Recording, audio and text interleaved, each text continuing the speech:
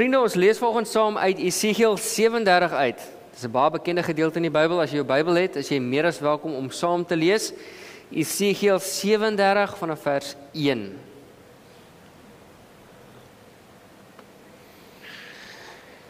Die hand van die Here was op my. Hy het my deur die Gees van die Here uitgelei en my neergesit in die laagte. En dit was vol beendere. Hy het my keer op keer daar rondom laat loop en kyk, daar was geweldig baie versprei oor die geweldig baie versprei oor die laagte gelê. En hulle was heeltemal verdroog. Hy vra toe vir my, mensekind, kan hierdie beendere leef? En ek antwoord, my Heer, Here, net U weet dit. Toe sê hy vir my, profeteer oor hierdie beendere, sê vir hulle, verdroogde beendere, luister na die woord van die Here. So sê die Here vir hierdie beendere, kyk, ek gaan gees in julle laat kom en julle sal leef. Ek sal seënings aan julle heg, vleis aan julle sit, vel oor julle trek, asem in julle gee, sodat julle kan leef. Dan sal julle besef dat ek die Here is. Ek het geprofeteer soos ek beveel is. Daar was 'n geluid net toe ek profeteer, 'n geratel. Die beendere het nader aan mekaar beweeg, been teen been toe. Ek het gekyk en so waar aan hulle was daar seënings en vleis kom tevoorskyn. Vel is van bo af oor hulle getrek, maar daar was nog geen asem in hulle nie. Hy sê toe vir my, profeteer vir die wind, profeteer mensekind en sê vir die wind, so sê die Here wind, kom uit die 4 windrigtings, blaas in hierdie droog gemaaktes, sodat hulle kan leef. En ek profeteer soos wat hy beveel het. Die wind het in hulle ingegaan en hulle het lewend geword en op hulle voete gaan staan, 'n buitengewone groot leer. Hy sê toe vir my, mensekind, hierdie beendere, hulle is die hele huis van Israel. Kyk, hulle sê, ons beendere is verdroog, ons hoop is verlore, ons is afgesny. Daarom profeteer en sê vir hulle, so sê die Here, kyk, ek maak julle grafte oop en ek sal julle uit die grafte laat oopkom, my volk.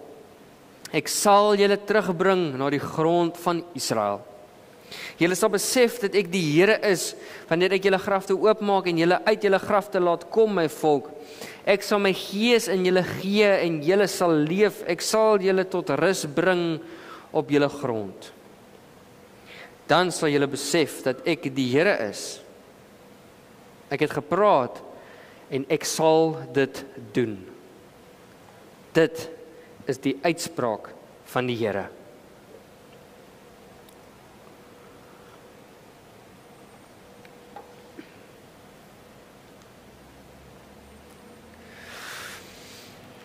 As kind het ek het geniet om dinge uitmekaar uit te haal. Ek het nie gevoel 'n speelding of eers iets eenvoudig soos 'n pen is werklik myne, totdat ek uitmekaar uitgehaal het en gekyk het hoe dit werk en dit weer terug aan mekaar gesit het nie. Nou julle kan ook dink, die terug aan mekaar sit het nie altyd so lekker gewerk soos wat ek sou wou hoop nie. Mense raak baie vinnig bewus van jou tekortkominge, maar met elke uitmekaar haal en aan mekaar sit, leer jy iets nuut. Nou daar's een ding waarmee my gesin veral mee gewoeker het, iets wat ons baie uitmekaar uitgehaal het en goeders wat ons weer by mekaar teruggesit het, en dit was rekenaars. Nou my pa het vir meeste van sy lewe in 'n ammoniak aanleg gewerk, maar hy het 'n passie gehad vir rekenaars en mense het dit geweet. So hy het gereeld almal by die werk gehelp om hulle rekenaars te opgradeer en vir hulle nuwe rekenaars te kry of goeders reg te maak wat verkeerd was. En so het ek groot geword met rekenaars lank voordat dit regtig iets was wat volop bekombaar was in elke huishouding. So wat my pa gedoen het, is hy het nooit vir vergoeding gevra as hy iemand gehelp het met die rekenaars, want dit was sy passie geweest. Hy het vir hom sleg gevoel om dit te doen. So wat hy gedoen het, is hy het gesê, okay, gee my dan net die ou part wat ek vervang het, of ietsie soos dit. En soms is mense regtig aangedring het om hom te vergoed, dan het hy gesê, okay, great, koop vir my een rekenaarkomponent van my wishlist af. En so het my pa vir ons rekenaars opgebou, vir hom, vir my en vir my suster, dat elkeen van ons 'n rekenaar het en ons het gereeld gewoeker en die goed opgradeer en beter gemaak. Nou dis iets wat ek lanklaas gedoen het. Ek het laas behoorlike rekenaar opgemaak Ek wil sê toe ek op universiteit was, maar eintlik seker maar toe ek op hoërskool was. Maar ek het 'n wonderlike geskenk gekry die afgelope tyd.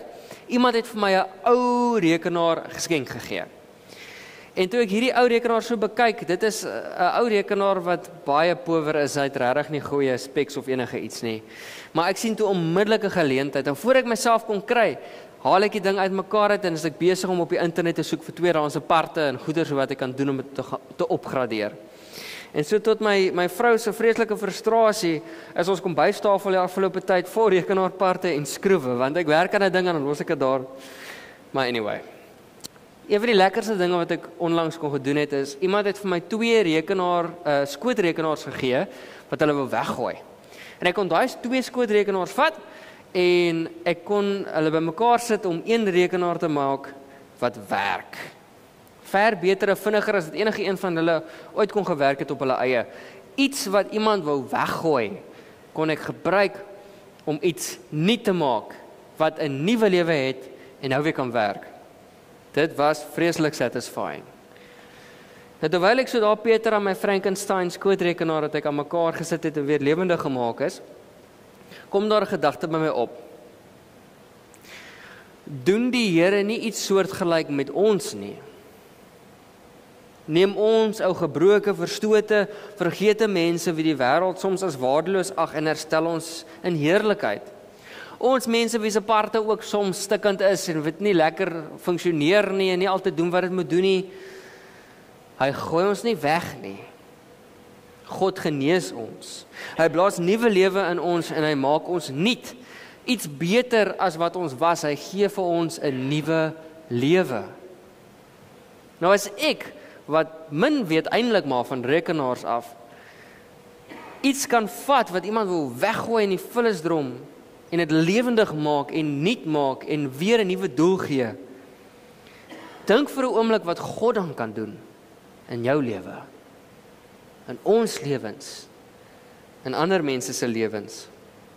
Hoe onherroepelik die Here jou werklik kan verander. Ons beleef iets daarvan in vanoggend se teksgedeelte.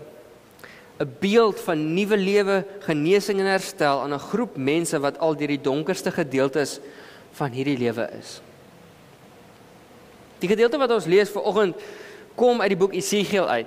Nou Esegiel was 'n profeet gewees in die Bybel en profete se werk is om as verteenwoordigers van God op te tree. So as profeet beteken dit baie keer dat jy die draer is van slegte nuus. Baie keer as 'n profeet moet jy aan die volk iets oordra, iets aan jou bondgenote oordra wat nie noodwendig lekker is nie. Een of ander slegte ding wat op pad is of dat hulle op die verkeerde pad is en dat hulle self weer moet regruk. Maar soms ook as 'n profeet kry jy die geleentheid om positiewe nuus te deel. Die oordeel gaan nooit sonder hoop nie. En so lees ons vanoggend 'n gedeelte waar Esegiel die geleentheid het om hoop en lewe te profeteer aan sy mense. Nou die mense aan wie Esegiel skryf en vir wie hy moet profeteer, is 'n groep mense wat oorval is deur hul vyand en weggevoer is na 'n ander land. Hulle is oorval deur hul vyand en weggevoer na 'n ander land. Die ontwrigting wat gepaard gaan hiermee is iets wat ek dink ons soms sukkel om werklik te begryp. Om in 'n ander land forceer te word, om as 'n buitestander, 'n vreemdeling, iemand sonder enige regte en menswaardigheid, jou lewe nuut te gaan begin, sonder enigiets, is moeilik. Dis van die moeilikste dinge wat met jou kan gebeur. En nog erger, sit hierdie groep mense met die trauma van dooie familielede, onsekerheid van wie nog lewe en wie oorlede is, die aaklige beelde van hul dorp wat verbrand, alles wat hulle nog ooit geken het, waar hulle gebore is, skool gegaan het, hulle hele lewe geleef het, alles lê verwoes en pyn. Hulle sit met nagmerries vir alles wat brand en vernietig is.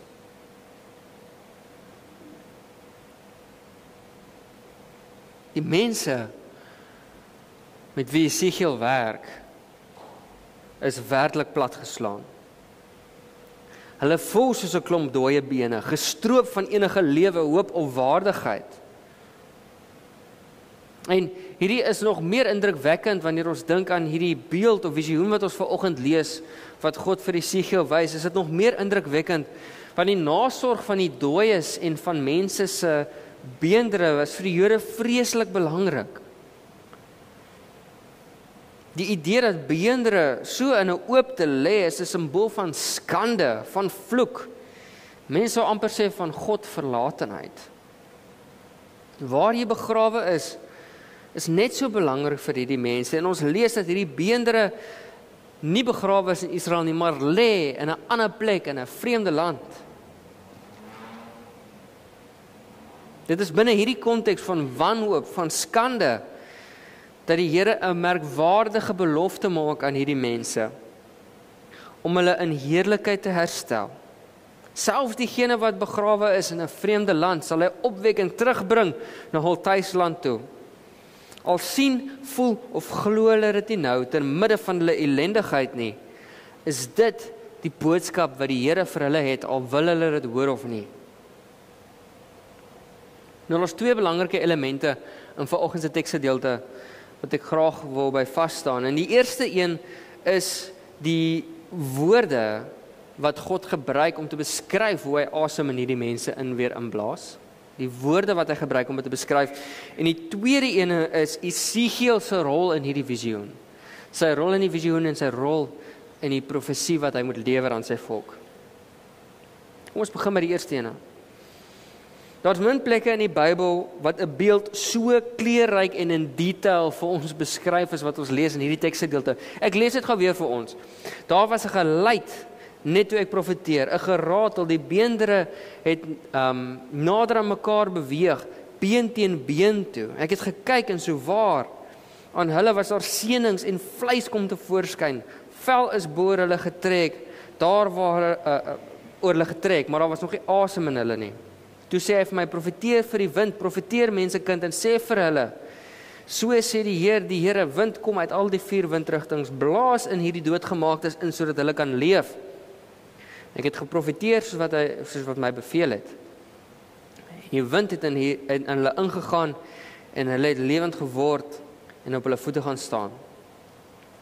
Nou die woord wat hier gebruik word vir wind is 'n Hebreëse woord ruach. Nou as die woord ruach bekend klink, is ek nie verbaas nie, want ek gebruik enige verskoning om te praat oor hierdie woord, want dit is my gunsteling woord in enige taal, ruach. Nou hoekom hou ek so baie van hierdie woord? Hierdie woord kan vertaal word met wind, soos wat ons nou vanoggend gelees het. Maar meer belangrik, hierdie is nie net word nie vertaal met wind hier, dit kan ook vertaal word as gees of asem. Maar dit is nie sommer net enige asempie nie. Ruach word assosieer met die gees van God. Ruach Adonai.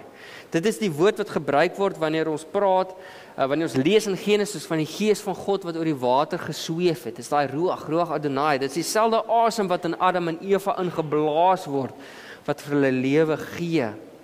Dit is die gees van die Here wat binne elkeen van ons woon. En dit kan selfs verbind word met die gees wat soos 'n duif neerdal op Jesus wanneer hy gedoop word, soos wat ons vier in hierdie tyd van Epifanie. So dit is nie net bloot dat die Here,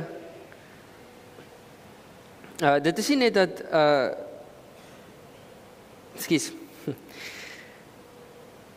so nie net beloof die Here om hierdie dooie volk weer te laat opstaan en vas staan nie, maar om letterlik die gees in hulle te blaas, sy gees in hulle te blaas, die Ruach Adonai.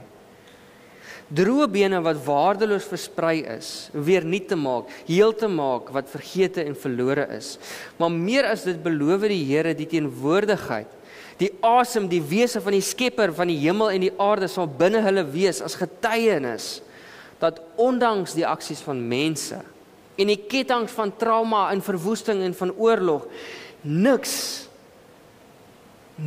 kan die Here terughou daarvan om sy belofte na te kom aan sy mense nie.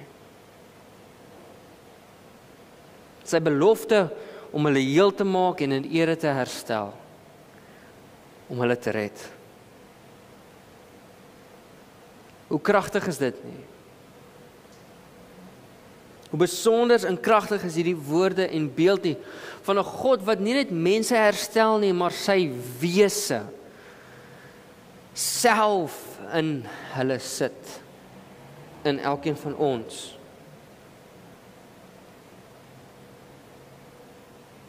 Die Here beloof 'n kragtige ding in hierdie profesie. Een wat ons weet hy nagekom het in die herstel en nuutmaak van elke mens op aarde. Want ons weet dat Jesus Christus gesterf het, begrawe is, weer opgestaan het uit die dode en dat sy gees uitgestort is uit elkeen van ons op aarde. Al God se kinders het hierdie einste gees binne elkeen van ons.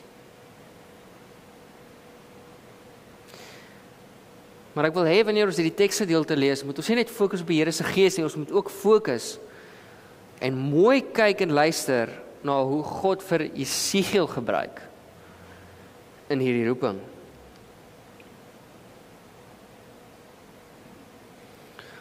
Ons onderskat soms hoe die Here ons gebruik. Ons onderskat soms hoe die Here ons gebruik ter uitwerking van sy plan. Die Here is tot volmag om al die dinge in hierdie visioen self te doen, sonder enige mens. Maar hy kies om Jesegiel deel te maak. Hy gee vir hom 'n roeping en 'n rol. En ons vergeet soms hoe die Here elkeen van ons gebruik om te getuig van sy heerlikheid. Dit is die boodskap wat ek vanoggend by julle wil los. Ons as gemeente is al deur verskeie uitdagings oor die jare. Maar die Here is besig om sy gees in ons te blaas en ons reg te maak vir groot dinge in hierdie dorp. Ek is oortuig daarvan. Die Here is besig om ons reg te maak. Ek dink nie ons kan begryp hoe die Here hierdie gemeenskap, hierdie kerk wil gebruik ten goeie van sy koninkryk in Gordons Bay nie. Ek dink ons is soms te gefokus op al die klein en onbenullige dingetjies, terwyl die Here ons roep om woorde van hoop en genesing te profeteer in ons gemeenskap. Dat die Here ons vorentoe roep vir groot plan en visie wat hy het vir die rol wat ons hierso het. Die Here maak ons deel van sy storie.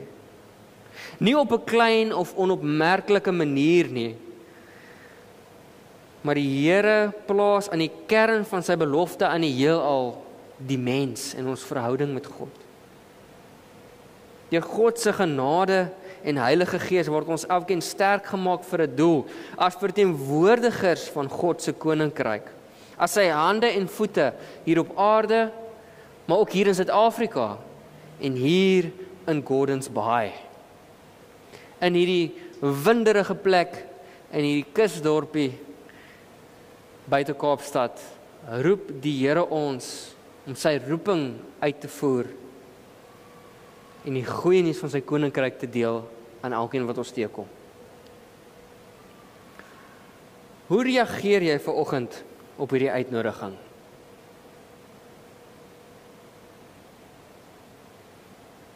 Waar in jou lewe spreek die Here tot jou? Waar nooi die Here jou uit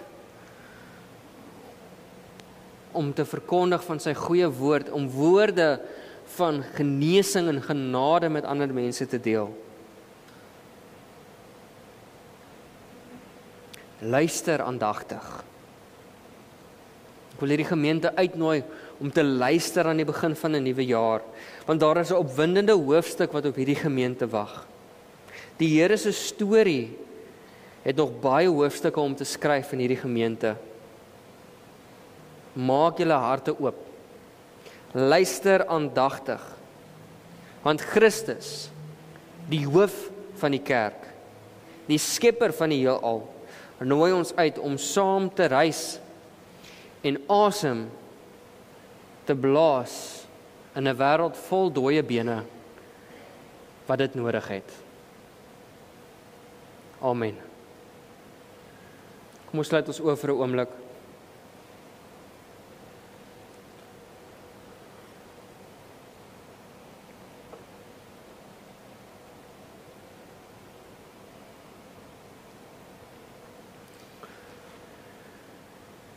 Here, ek kom na Jesegiel in hierdie visioen. En hy gee hom 'n vraag en 'n opdrag. En Esegiel antwoord deur te sê, net U Here sal weet. Deur dit te sê, erken hy sy vertroue in U. Deur te sê dat op die einde van die dag is alles wat ons het en is net uit genade van U alleen. Dat ons staat maak op U en net dat U alleen weet wat die plan vir ons lewens is. En dan reageer Esegiel deur te doen. Nie te bevraagteken nie vir 'n rasionele oplossing of doelgerigte plan te vra nie, maar net deur te doen. Here, ek bid dat hierdie gemeente ene is wat sal luister en sal hoor in afhanklikheid waartoe U hulle roep, maar ek bid dat hierdie gemeente ene sal wees wat doen.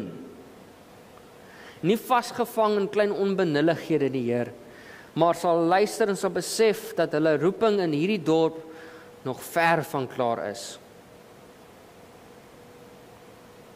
U is die hoof van hierdie kerk, niemand anders nie.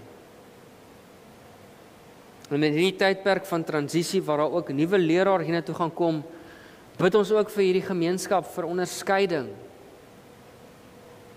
vir afhanklikheid van U woord. Dit is net U Heilige Gees wat ons kan help om die regte besluite te maak. Dit is net die Heilige Gees wat ons uit ons vasgelopenheid kan bring tot beweging. Is net die Heilige Gees wat ons die waagmoed gee om draers van die lig te wees in hierdie gemeenskap.